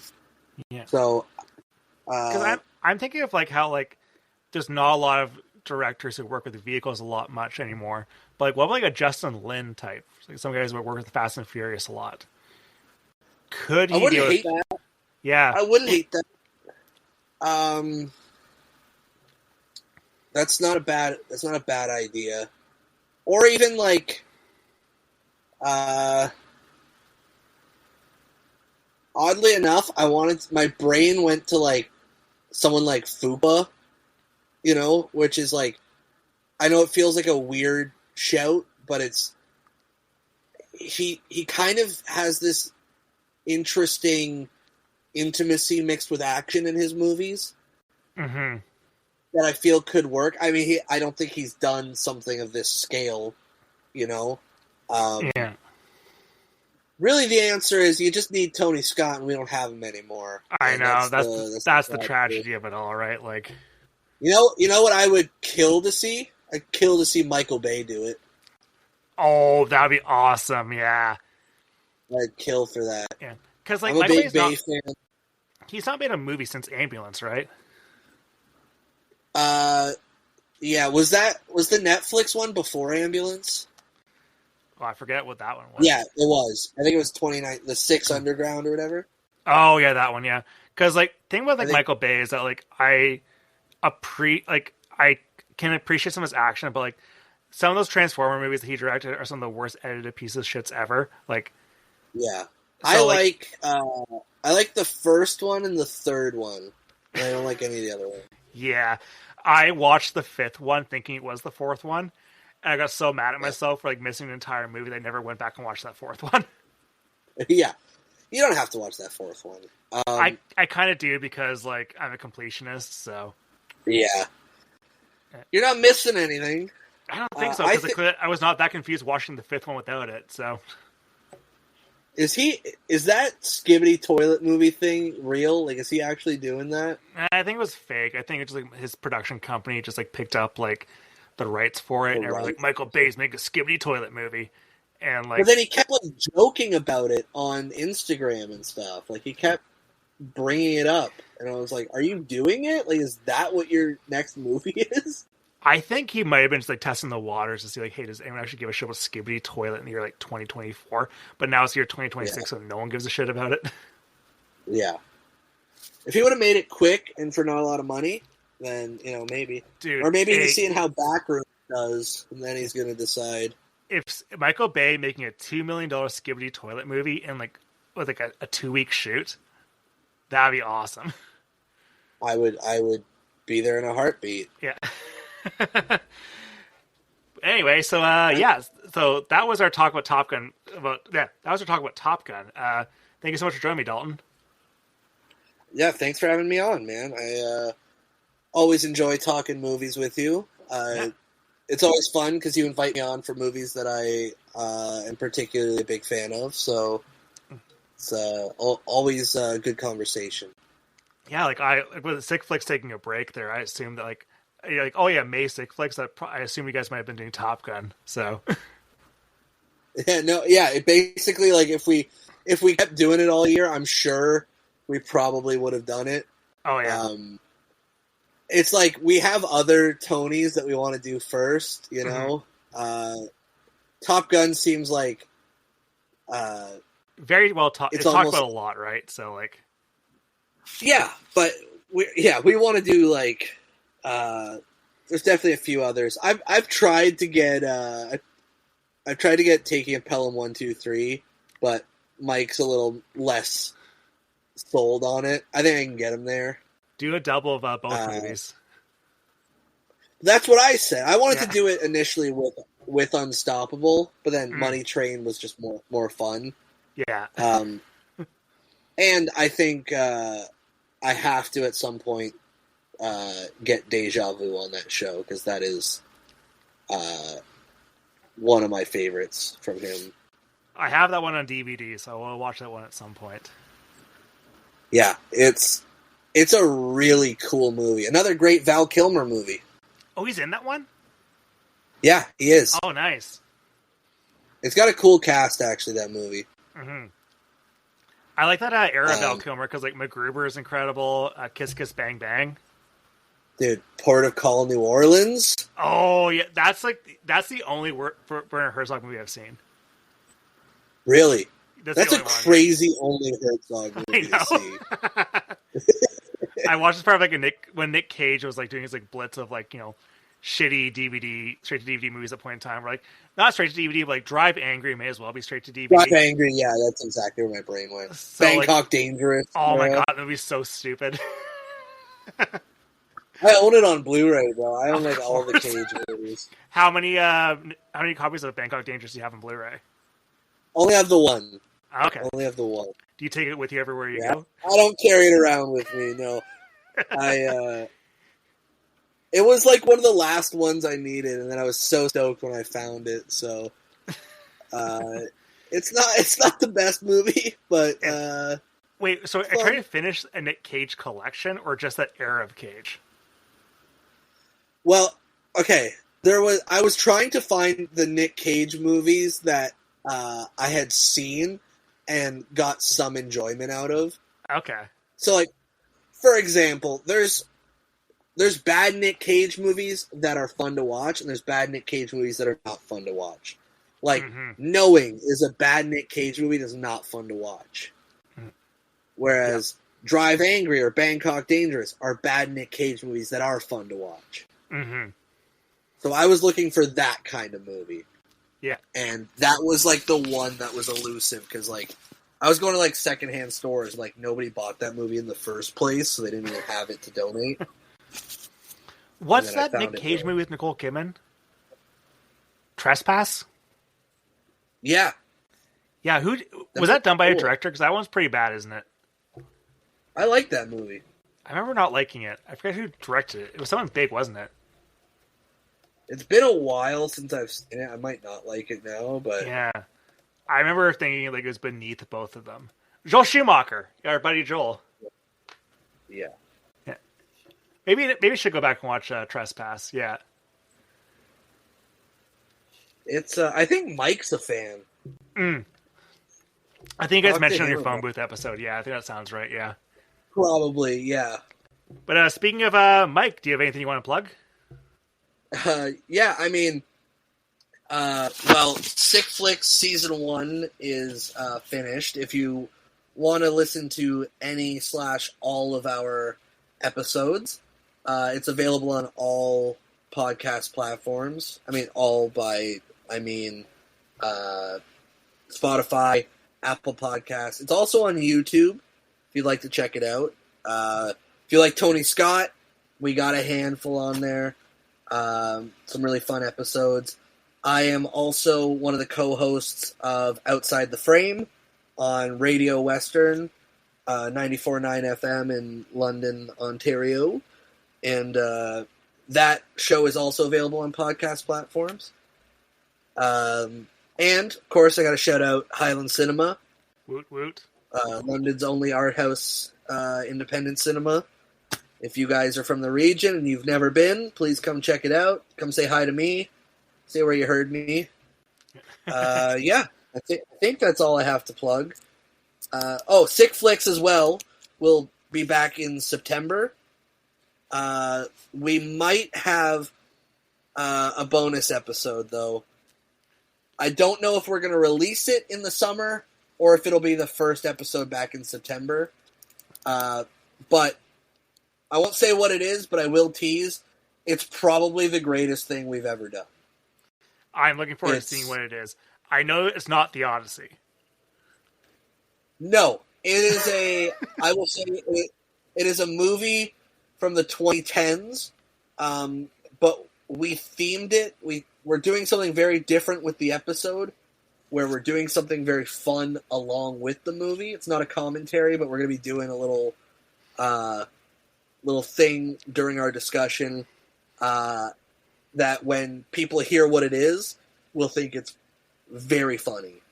And Nice. I'm very excited for that episode. So I'm really looking forward to hearing what it is. And yeah, in the works, I have a episode with Dalton and Mike scheduled for sometime in June. So that would be really exciting once we get Mike back on the show, because I feel bad that his episode didn't get recorded. Yeah, we are recording for that one. Yes. And unless this website fucks up, this episode did record as well, because despite me having no notes for this one done almost as long as Die Hard 2. Yeah, exactly. So, that's the joy of ripping a Tony, though. Yeah, thanks again for having me on. This is it's always fun. Yeah. So you can follow me on Twitter, Blue Sky, and Letterboxd at bwishart. You can also follow me on follow MoviePod on Twitter, Blue Sky, Instagram, and YouTube. Also, going to give a shout out to GG Tribune, which is a new website that means some of the guys from formerly from Hard Drive. A lot of us just did a resignation. Are started up so to do some video game comedy. So give a look at GG Tribune. I'll have some links in the episode description. Next week's episode, I'm not sure the guest is going to be, but it's going to be on Star Wars: The Phantom Menace. So that'll be a lot of fun because, of course, it's that movie, which is a wild trip. I know you have a lot of thoughts on Star Wars: Phantom Menace, Dalton. I'm a big fan. Mm-hmm. Yeah, that one is like one that like I liked as a kid, then hated it for a little bit, then I've grown to really appreciate it as like truly George Lucas's 100% distilled. This is what he thinks Star Wars should be. It's also another movie where you're like, how did you make this movie, man? Mm-hmm. Like, how did, like, so many weird things, like, you know, of course the plot's insane too, but, like, you know, just having, like, Jar Jar Binks as a character is, like, even, like, that's, for 1989, impressive effects work. Despite it being it created the entire motion capture industry. Yeah.